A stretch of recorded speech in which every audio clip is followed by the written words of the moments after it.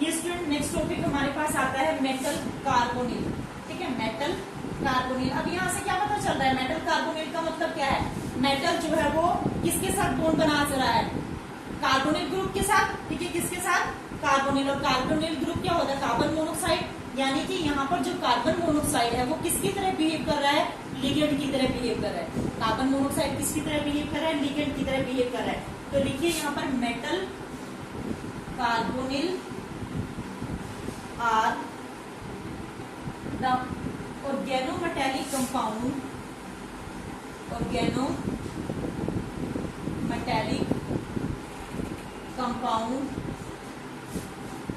in which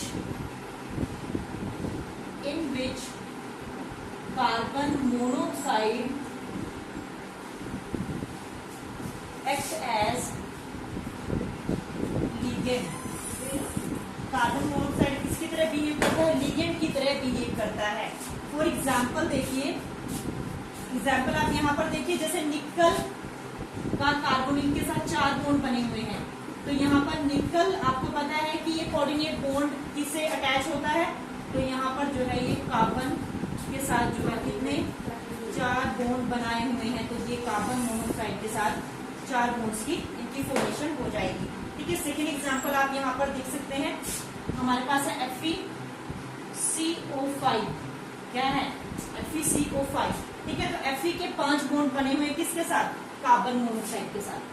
किसके साथ बने हुए? कार्बन मोनोक्साइड के साथ जो है 5 बॉन्ड्स की फॉर्मेशन है। ठीक है स्टूडेंट, तो ये इसकी स्ट्रक्चर हो जाएगा।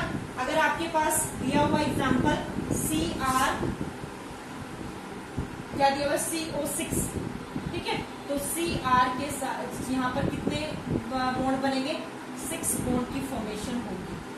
तो ये 6 बॉन्ड जो है यहाँ पर फॉर्म हो जाएंगे। तो देखिए स्टूडेंट, मेटल कार्बोनिल्स क्या है? Metal carbonyls are the organometallic compound जिसमें कार्बन मोनोक्साइड किसकी तरह काम करता है, यानी कि यहाँ पर जो लिगेंड होगा वो कार्बन मोनोक्साइड ही होगा। और एक चीज का और आप ध्यान रखेंगे कि यहाँ हर जगह जो कार्बन मोनोक्साइड के साथ जो बॉन्ड्स की फॉर्मेशन होगी ना, सारे के सारे कोऑर्डिनेट बॉन्ड ही बनेंगे। ठीक है, तो उसे हम क्या कहते हैं? मेटल कार्बोनिल कहते हैं। Is that clear student? समझ में आया मेटल कार्बोनिल का मतलब क्या है?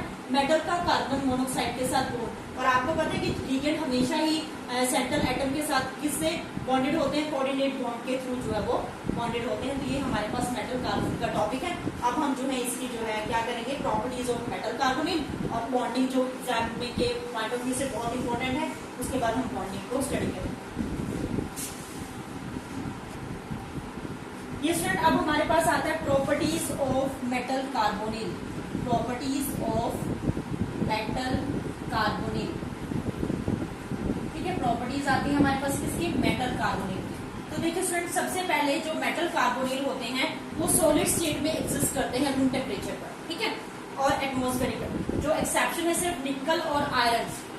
निकल एंड आयरन कार्बोनिल जो है वो लिक्विड फॉर्म में रहते हैं। अदरवाइज जो है सारे जो जितने भी कार्बोनिल हैं कोऑर्डिनेशन कंपाउंड्स है वो किसमें एग्जिस्ट करते हैं? सॉलिड स्टेट में एग्जिस्ट करते हैं। तो लिखिए मोस्ट ऑफ, सबसे फर्स्ट पॉइंट आप यहाँ पर लिखेंगे, most of metal carbonyl exist as a solid state at room temperature. ठीक है, और क्या कह सकते हैं हम? बट निकल, ठीक है, निकल और सेकंड कौन सा बताया था मैंने आपको? Iron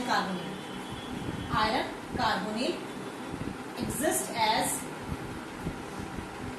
liquid, exist in liquid form. You can write exist in liquid form. समझ में आया स्टूडेंट? क्या है कि मेटल कार्बोनिल जो है वो किसमें करते हैं? सॉलिड फॉर्म में मोस्ट। लेकिन निकल और जो आयरन कार्बोनिल है वो किसमें एग्जिस्ट करते हैं? लिक्विड में एग्जिस्ट करते हैं। उसके बाद स्टूडेंट ये जो सोल्यूबल होते हैं हाइड्रोकार्बन सॉल्वेंट में। ठीक है, क्या होते हैं? They are soluble. Second point आप यहाँ पर लिखेंगे, they are soluble in hydrocarbon solvent. ठीक है, हाइड्रोकार्बन सोल्वेंट में जो है ये सोल्यूबल होते हैं। ठीक है, हमारे पास सिर्फ एक्सेप्शन बीइंग ये आपके पास जो आयरन का जो कार्बोनिल है ये सोल्यूबल नहीं होता, ठीक है। सारे के सारे जो है सोल्यूबल होते हैं, हाइड्रोकार्बन सॉल्वेंट में ये सोल्यूबल नहीं होते, ठीक है। समझ में आया।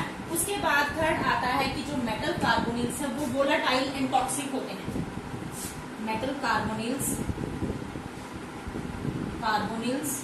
Are volatile and toxic. क्या होते हैं ये? वोलाटाइल होते हैं एंड टॉक्सिक होते हैं, ठीक है। They are either colourless,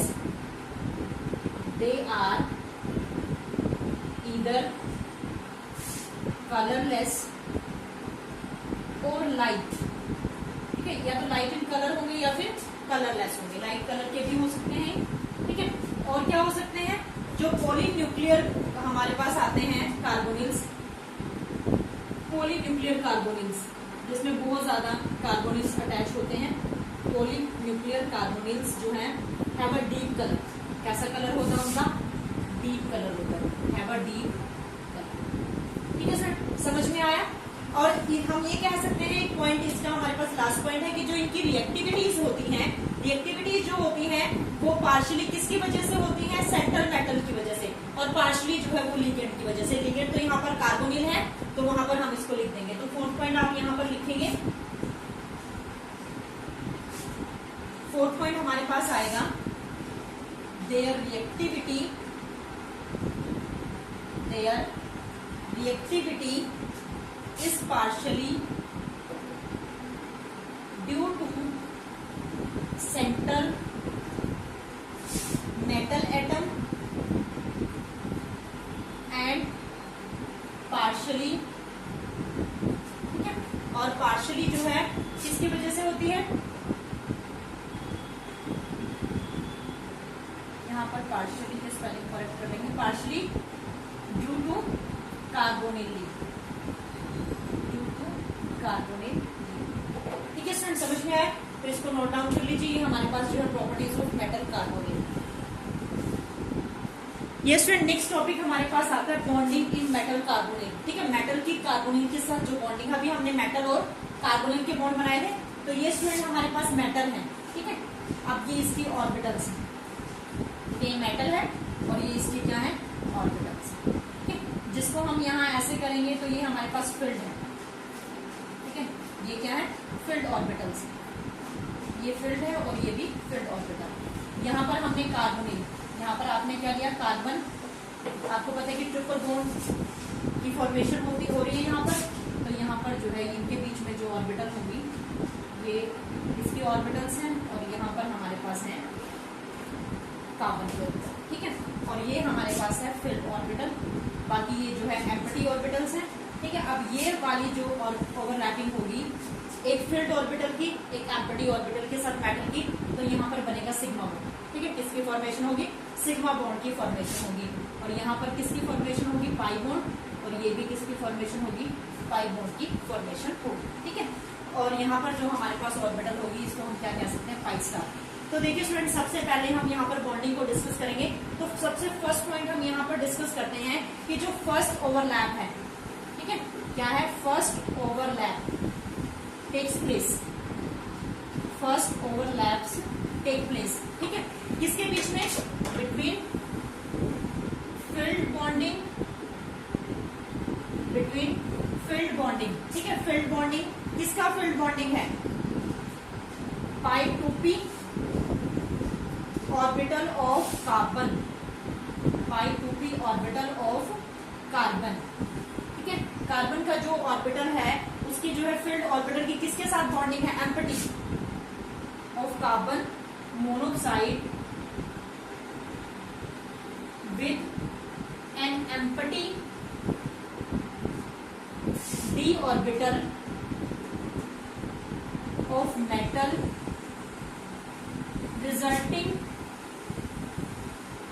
resulting in the formation of sigma bond. किसकी फॉर्मेशन हुई यहाँ पर? सिग्मा बॉन्ड की फॉर्मेशन हुई। The formation of sigma bond between metal and carbon atom, carbon monoxide, ठीक है स्टूडेंट। तो देखिए सबसे पहले तो ये फर्स्ट हमने ऑर्बिटल की ओवरलैपिंग ये फील्ड है, और ये मेटल की क्या है, एम्प्टी ऑर्बिटल है। फील्ड की एम्प्टी के साथ जो ओवरलैपिंग हुई तो वहां पर किसकी फॉर्मेशन हुई, सिग्मा बॉन्ड की जो है फॉर्मेशन हुई। तो इसको नोट डाउन कर लीजिए, इसके बाद हम सेकेंड जो है वो डिस्कस करेंगे। ये स्टूडेंट सेकंड पॉइंट देखिए, the second overlap take place between the field D orbital. अब ये देखो डी ऑर्बिटल है ना, मेटल की जो है फील्ड डी ऑर्बिटल है with an empty metal orbital. ये कार्बन की जो एम्प्टी ऑर्बिटल है, ठीक है, कार्बन बॉन्ड से resulting in the additional pi bond. किसकी फॉर्मेशन होती है, पाई बॉन्ड। और स्टूडेंट जो ये बॉन्डिंग होती है ना, इसको साइनर्जिक बॉन्डिंग भी कहा जाता है। क्या कहते हैं हम इसको, साइनर्जिक बॉन्डिंग, ठीक है। तो यहाँ पर जो पाई बॉन्ड बने हैं, तो the effect of sigma bond strength the pi bond, ठीक है। ये क्या करते हैं, जो सिग्मा बॉन्ड बना है ना, ये पाई बॉन्ड को स्ट्रेंथन करते रहते हैं, वाइस वर्सा, ठीक है, उल्टा, यानी कि पाई सिग्मा को करते रहते हैं, हम सिग्मा पाई को करते हैं। This is called the synergic effect. इसको हम क्या कहते हैं, साइनर्जिक इफेक्ट कहते हैं। और यहाँ पर जो ये बॉन्डिंग है, ये साइनर्जिक बॉन्डिंग होती है। समझ में आ गया। तो सेकंड ओवरलैप कब होगी, फील्ड मेटल ऑर्बिटल, यानी कि मेटल की जो फील्ड ऑर्बिटल है वो कार्बन की एम्प्टी ऑर्बिटल के साथ जो है ओवरलैप करेंगी। ओवरलैप करके किसकी फॉर्मेशन करेंगी, पाई बॉन्ड्स की फॉर्मेशन करेंगी। इसे हम क्या कहेंगे, साइनर्जिक इफेक्ट कहते हैं। तो स्टूडेंट ये हमारा मेटल कार्बन का टॉपिक खत्म होता है।